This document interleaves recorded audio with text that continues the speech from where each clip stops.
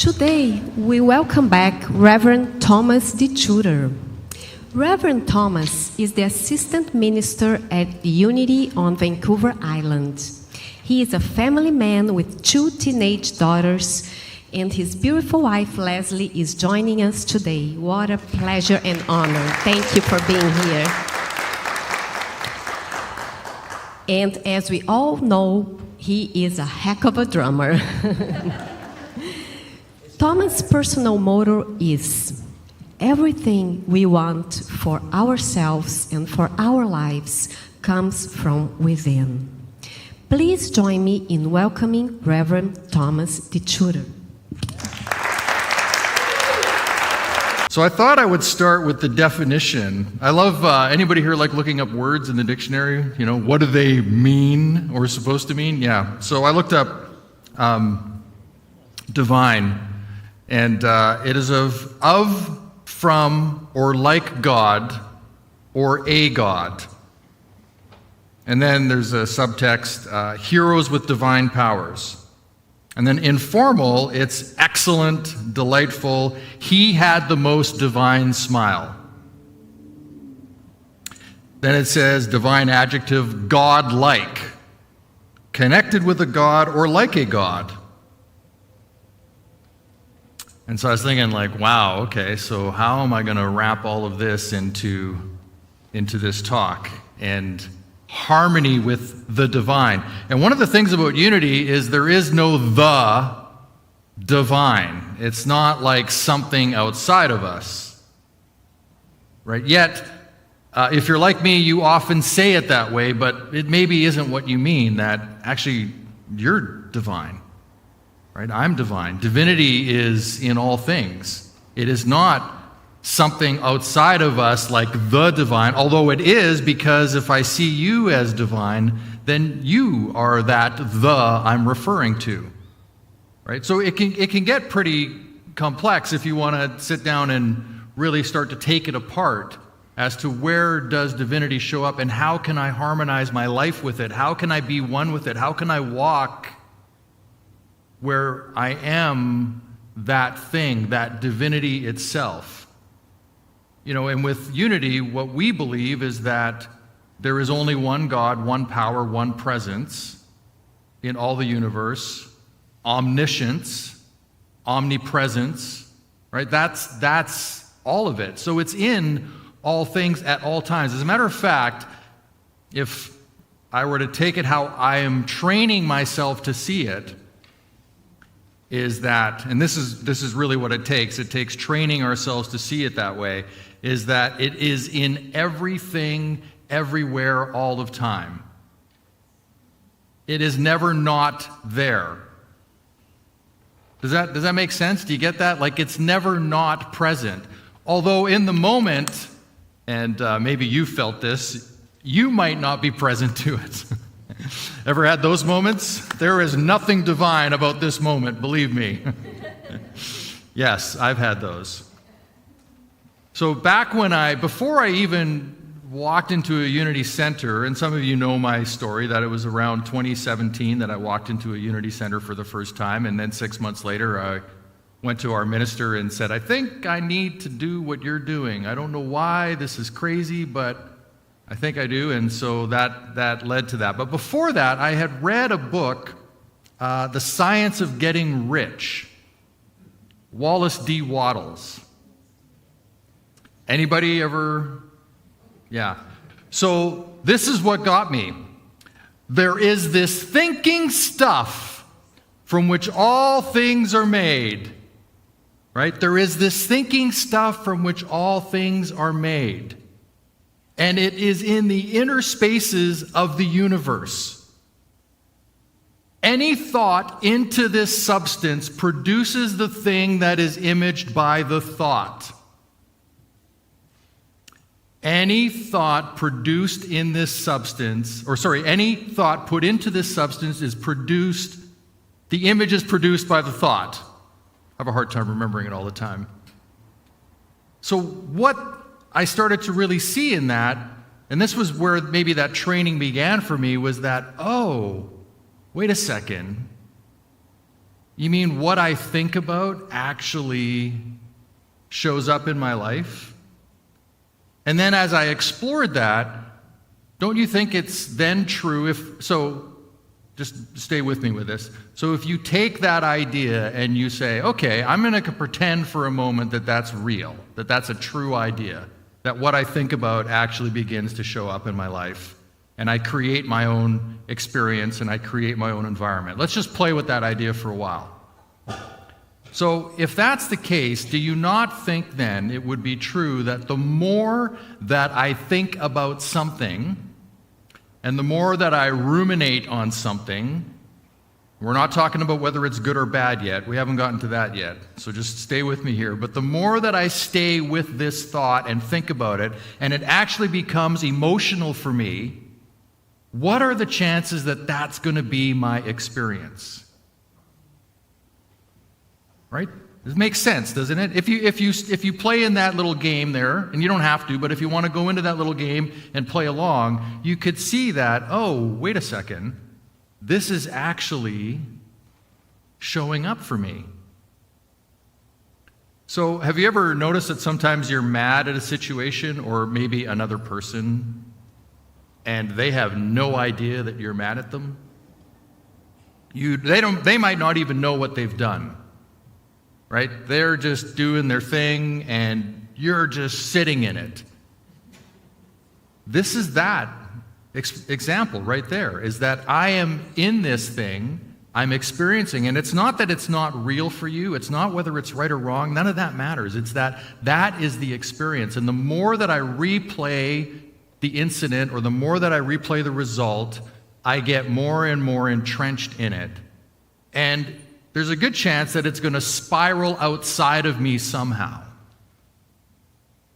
Because these things they don't really influence us. We influence them. But it's really hard to sort of sit back and see that, especially if you've never heard that idea before.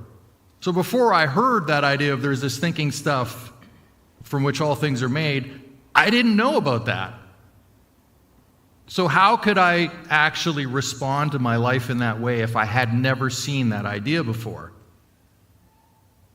And so what I've taken from that is that there's maybe some part that I play in this. As a matter of fact, for me, it's my entire life is what I play in it. But it was baby steps to that, right? First there's the realization, then there's the maybe trying that idea out, then there's seeing examples of it. Because the more you think about something, you start to see more of it in your life, right? You start to see the yellow Volkswagen that you think you might want to buy. It's like everywhere now. So that's what happens, is the more we think about this stuff, we begin to see that resonate in our life or show up in our life. And so when we want to walk in that place of divinity, being harmonized with the divine, it's not something out there that we need to go after. It's not like, oh, I need to walk to the end of the block and then I'll have it. It's actually in here is where it exists. And so the job that we have, that I see anyhow, is that we need to move from here, our head, right? The thinking, conniving, how am I going to do this, understanding part of our brain, which is a perfect thing for us. It's exactly what we need. But we need to move from there, maybe down to here, into our hearts, maybe down here into our wisdom. Begin to have these parts of us show up in our lives. That's where divinity resides. It's not something we're going to go achieve by walking to the end of the block. Although part of that process might be going on a really long walk and beginning to do the inner work, right? Beginning to do the inner understanding of who am I? Has anybody had one of those moments? You might, the F word might be involved in that as well. Like, who the blank am I anyway? Yeah. I've certainly, I had it this week, so it's not like it's gone. Shows up all the time. Just because I became a minister doesn't mean I'm somehow not prone to all of my humanity. I am very much prone to it. Just ask my wife and children. It shows up all the time. But here's the thing, is that I know there's a path. Right. Anybody know there's a way, right? There's a way for you to step maybe out of that mess that might be showing up into something that's a little more peaceful, a little more harmonizing. When I was here early, Tom and I were just talking back and forth, and he gave a reference to Paul McCartney of the Beatles and how the music was just there. It was just there somewhere. But yet it wasn't just there somewhere. There was years of listening in Paul's life to all sorts of music. Classical music, musical theater, rhythm and blues, all of these things were in his being because he kept listening to them over and over. And then when it came time to be Paul McCartney, the musician, the songwriter, the artist, he was able to pull from all of this stuff. But if you asked him where it came from, I don't know. I just sat down and it just started to come out of me. But there's so much training that was involved in that process. Has anybody ever heard the idea that it's really easy to do bad things and hard to do good things? There's a few, right? There's that sort of an old saying that it's easy to do bad things. I was listening to, let's see here, I like to give credit where it's due. Out from the Heart by James Allen, a book, Out from the Heart by James Allen. It was written in 1904.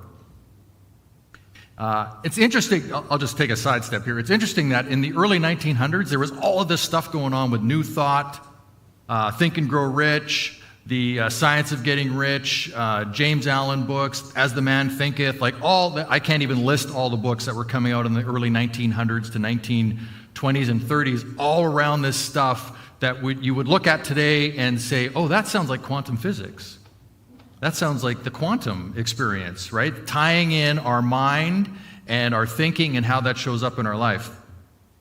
So anyhow, I was reading this from Out from the Heart by James Allen, and he gives this great example of if you give a child a pen and you tell them to write the alphabet down, so this is a child that's never ever learned how to write, they probably use the pen incorrectly, so we'll call that bad. They have bad penmanship, right? Bad penmanship. And then you ask them to write letters, and they have no idea, and it's an awful mess on the paper. There is no letters being written. So then you need to spend time with the child teaching them how to hold the pen properly so that they can begin to use it as a tool. And then there's a lot of great effort that's involved in teaching them how to write out the letters, each letter of the alphabet, how it looks and the way somebody else could understand it so that when you write something down, they can read it. And then after, a couple of years of ingraining this into the child, which we could look at as us, because we were those children at one point, we then learn how to actually write. And from that point on, once it becomes like so much a part of us to just write, have you ever now written anything that nobody could understand with just scribbling on a page? No. Well, it's like, now that I know how to do this correctly, I actually can't do it wrong anymore. I don't have bad penmanship. Even though mine's really messy, I still can write out words properly on a page, and it's become ingrained. It's just part of who I am now to do it correctly. But I didn't start that way. I actually started off doing it absolutely wrong. Bad, you could say. So when we want to have our lives work in a certain way, if we want to elevate our consciousness, if we want to be more harmonic or harmonizing with our community or have better relationships with other people or ourselves, or we want to do better at our job, whatever it is, there's a training that we might have to go through. we might actually have to develop a way of being, a way of responding, a way of speaking that allows us to do it and get to the point where it's just how we do things. You know, I am calm. That's how I live my life. Have I always been that way? No. But I kept telling myself every day that that's what I am. To the point where it's now part of me to be calm, to not get rattled. And that's what's possible for all of us. We have the opportunity to look at our lives. I know we can look at other people's lives and suggest what they might do, right? But how about we actually just stop and take a look at our lives and say, hey, what am I aiming for? And so when we want to have that sense of divinity, that godness, and if I were to use that word and my thoughts of God, it's like creator. Well, I get to create my life. So I am actually godlike, just as you are actually godlike. And I don't know if you all noticed this, but when I was using my hands, I actually did the Spock sign. I actually was like this, and I caught it in the corner of my eye, and I was like, oh, wow, that's weird. We have the opportunity to live our lives in that way. And it's up to us, each one of us, to make that choice, to say, hey, this is what I want. And then to chase it down through practice, prayer, meditation, self-talk, journaling, going on a Camino walk, whatever it looks like, whatever it takes that we need to do for ourselves, and we all have our own journey, that's what is possible because we are creators. That's what we get to do every day. We get to get up and there it is. Now, we might have those things that we've agreed to do already, right? Anybody have a job they have to go to? Yeah, right? We've made an agreement, right? So that's not us not being creative. That's like, oh no, my word was I would be here and I would show up at a certain time, and so we've made that agreement, so we live into that agreement. But in the process of living into that agreement, we get to create the experience of that agreement. And we can also make a choice to say, hey, you know what? I'm going to break this agreement. I don't want this agreement anymore in my life.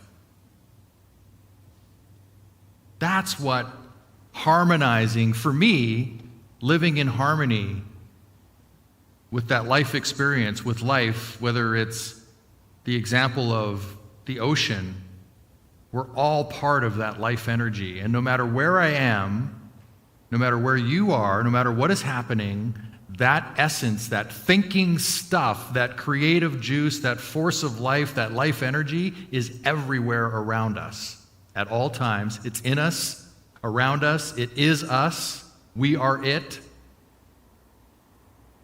And so at no point are we ever without it. There's just our choices that we make. I also stole this from Out from the Heart by James Allen. Seed, tree, blossom, fruit. Seed, tree, blossom, fruit. So whatever we have as an idea, that's a seed, right? We might take that seed and it's in us, and we might nurture that seed along, right? And we keep working on it, we keep being with it, we keep playing with it, we keep seeing how it feels, we keep shaping it maybe, but we're nurturing it along. That's our seed. And eventually it starts to grow into a tree within us. We become strong in that seed. It becomes a part of us. We are, standing our ground with it. We're sturdy in that position. We can stand in front of somebody and go, no, this is who I am. Yeah, I am this. That's what I say I am. And as that tree grows, it begins to blossom, right? people then begin to see you as that. You become known. And maybe the people around you that were friends before or relationships, maybe they begin to change because they don't like what they see anymore over there. It's not what they knew you as. But now new people come into your life that see that and go, oh, hey, I really want to be a part of this person. I really like this person. Right? And then we begin to bear our fruit. Others might begin to have ideas that resonate with us, and we have these great conversations, and our life is suddenly a different thing than maybe we knew it as before. You're not a different person. You're still you, but you've made some choices or decisions in your life that are about you, that are something you want for yourself.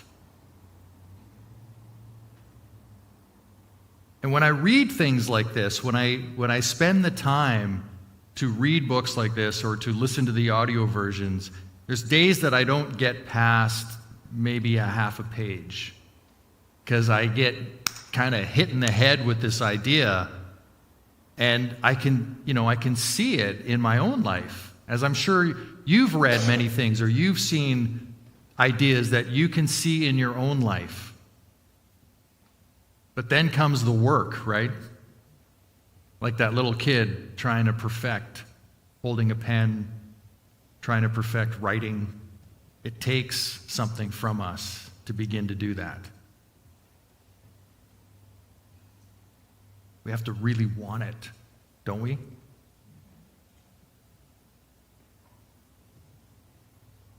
Don't you find that when you really want that you kind of want it for others?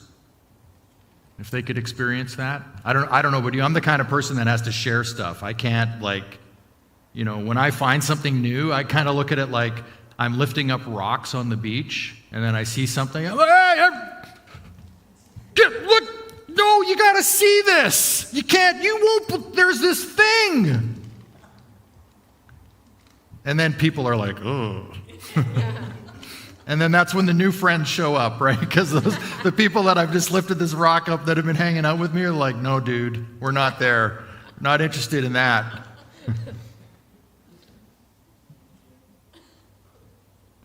But it's not to make other people wrong. It's not from that place. It's not like, hey, your life is bad. I've never felt that way. It's just like, I didn't know this, and now I do. And man, it's made a huge difference, and so I feel compelled to want to share it. I guess that's why I ended up being a minister. I walked into Unity. I heard Reverend Patricia, our minister on Vancouver Island, talking, every Sunday. And then 6 months later, I was like, I did a talk with her the other day. We did an interview. We interviewed each other, and I actually said to her, I suddenly realized I wanted what you have. Because she has a presence and a way of being about her that is just, for me, was like, I want that. I don't want the turmoil that I feel within myself. I want that peacefulness. How do I get that? I guess I become a minister. So you all need to become ministers now. But actually, you are a minister. The word minister means to take care of others in some capacity. It doesn't mean that you need to be a person of God on a stage ministering. It means that you are ministering. Every parent has ministered. Every friend, every sibling, every human being at some point in their life has ministered or is ministering. Whether what they're ministering is going to help somebody else or destroy them, we are ministering by the very act of the word. So I see that as it's incumbent upon us then to minister in a way that brings that divine essence to people. I don't want to be a bad person. I'm sure nobody here wants. I'm sure there's nobody that sets out to be that. They might end up in circumstances where, their life unfolds in that capacity, and it's a train wreck. And my compassion goes out to that experience. But we all have this opportunity to minister, and you are ministers. So if there's nothing else you take away from today, just sit with that for a minute to understand that you have a you are a center of influence, and you are ministering to other people around you in some capacity. And so you might ask yourself, well, how do I want that to be? Right? How do I actually want that to show up? How do I want that experience to be for others? And then you get to work on that. It's like, oh, I want it to be this way. Well, what would that take?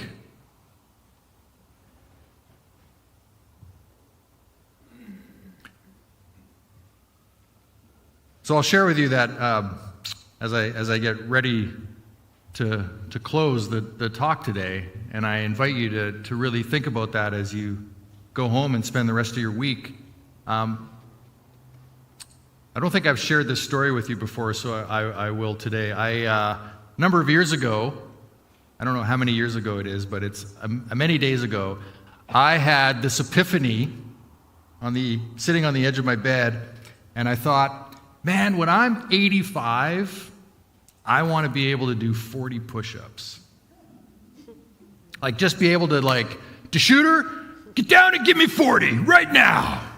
Right, that's how I talk to myself, just so you know. And so then I thought, well, how could I make that happen? Like, what would it take to make that happen? And then I thought, well, what if I just did 40 every day until I got to age 85? Like, what if I just every day did 40 push-ups? Then I'd get to age 85, and I would actually be at 40 push-ups. So I committed to that. And I have a little tracker that I use to tell me how I'm doing. And so today was day 2,612 that I got up in the morning and did 40 push-ups. And I could look at how many more days I have. It's like 10,000 and something days I have till I'm age 85 or something like that. And it's like, oh my gosh, I have to do this that many more days. But I don't. Instead, I look at what I've accomplished so far. And that feeds my desire to keep going. And even when I've been really sick, I have gotten up and done my 40 push-ups. And I tell you that because I know it's possible. If I can do something like that, then I know everybody can set something up for themselves that is kind of like a North Star, an aim, and they can bring themselves into that. They can live their life forward into that, whatever it is. That, to me, is harmonizing with the divine, because that is you, right? That is something for you that you want. And so then you set it and you go after it.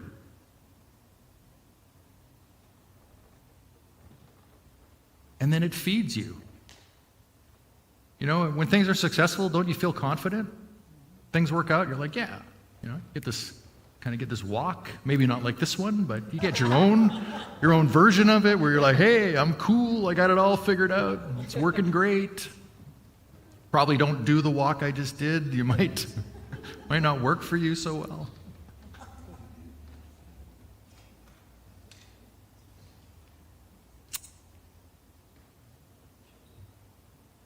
So maybe I'll leave you with this idea.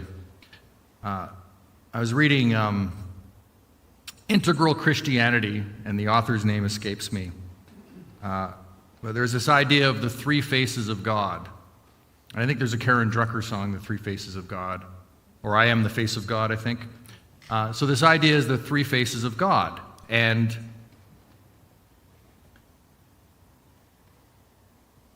what I found is that as I really sort of sat with that idea, it became a truth to me. It really kind of resonated with me. So I do it backwards from how this author suggested it. I flipped it around. That works for me. So there is the internal, right?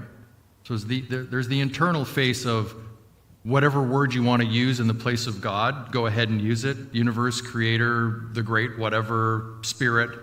There is the internal version of that, which is in me, in you. Then there's the internal, the intimate is next. And the intimate is me seeing that in you, you seeing that in me. That's the intimate, right? I see that very thing in you, and you see that in me, and we hold that together. Right? We can actually walk around seeing that in other people if we choose to. And then the next version is the infinite. So there's the intimate, the which? Sorry, yes, the what is it? Oh man, this is falling apart. This is a train wreck, right? The internal, thank you. The internal, the intimate, and the infinite. And the infinite means bigger than the universe itself. It's like, it's the infinite. That's what we can walk around as every day and hold that space and see it in others. And if we hold that space, imagine if everybody took the responsibility of holding that space, what the world might look like, as opposed to what we know is going on in the world in some places right now. Right? So I invite you to take that on in some capacity for yourself, whatever that looks like. No right or wrong, no good or bad, but it's a step forward. It's an inch forward. It's a little slight adjust, maybe just a little step to the right one day that you can take on. Namaste.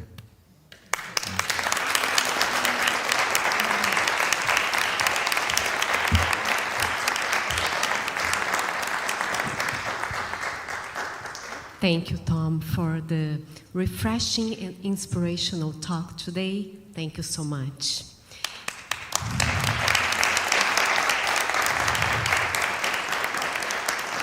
And another round of applause to our incredible, talented Tom Hartson. What a blessing.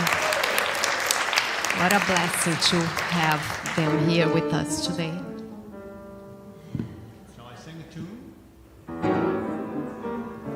All right, I'm going to sing a little gospel tune that I wrote.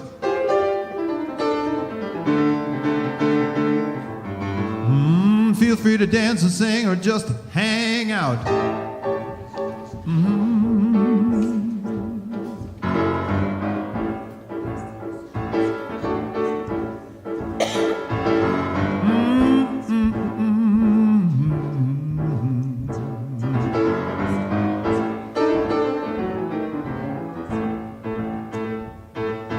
Lord have mercy when the music takes me.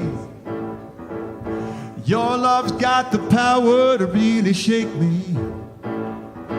When I feel that spirit wanna sing out loud, I'll say it through the music when I say it proud.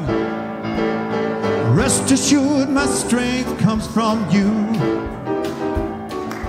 Just today my heart understands. I feel you there in everything I do. Rest assured my soul is in your hand. Ah, if the heavens ever came a tumbling down, I know your love would still be around. Flowing in and out of everything. Hallelujah, that's why I sing. Rest assured my strength comes from you. Just today my heart understands. I feel you there in everything I do. Yes, I do. Rest assured my soul is in your hand. Yeah.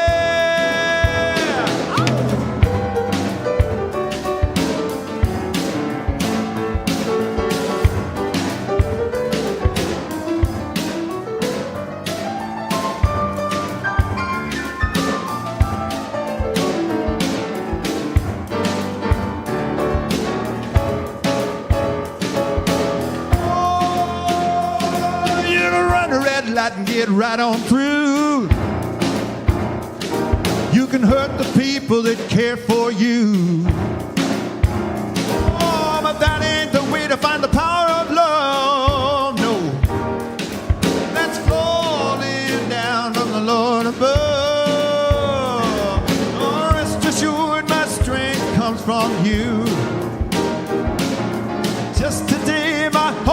understands.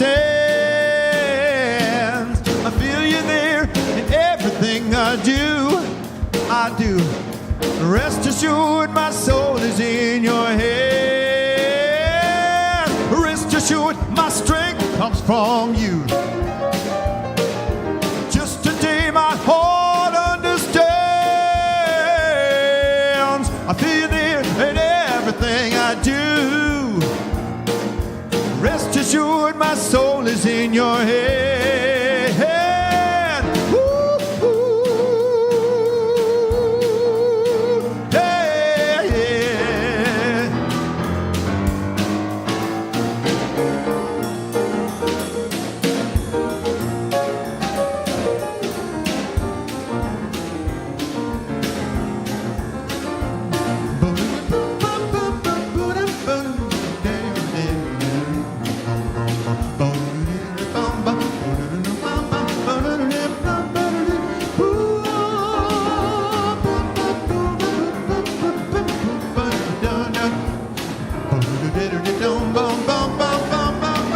Yeah, yeah, yeah.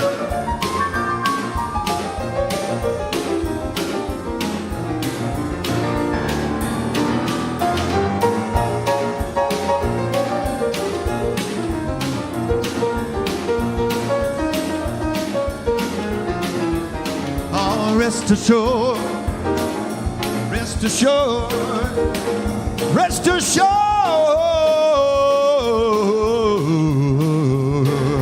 rest assured, rest assured, rest assured. Hey, all right. Woo, woo, woo.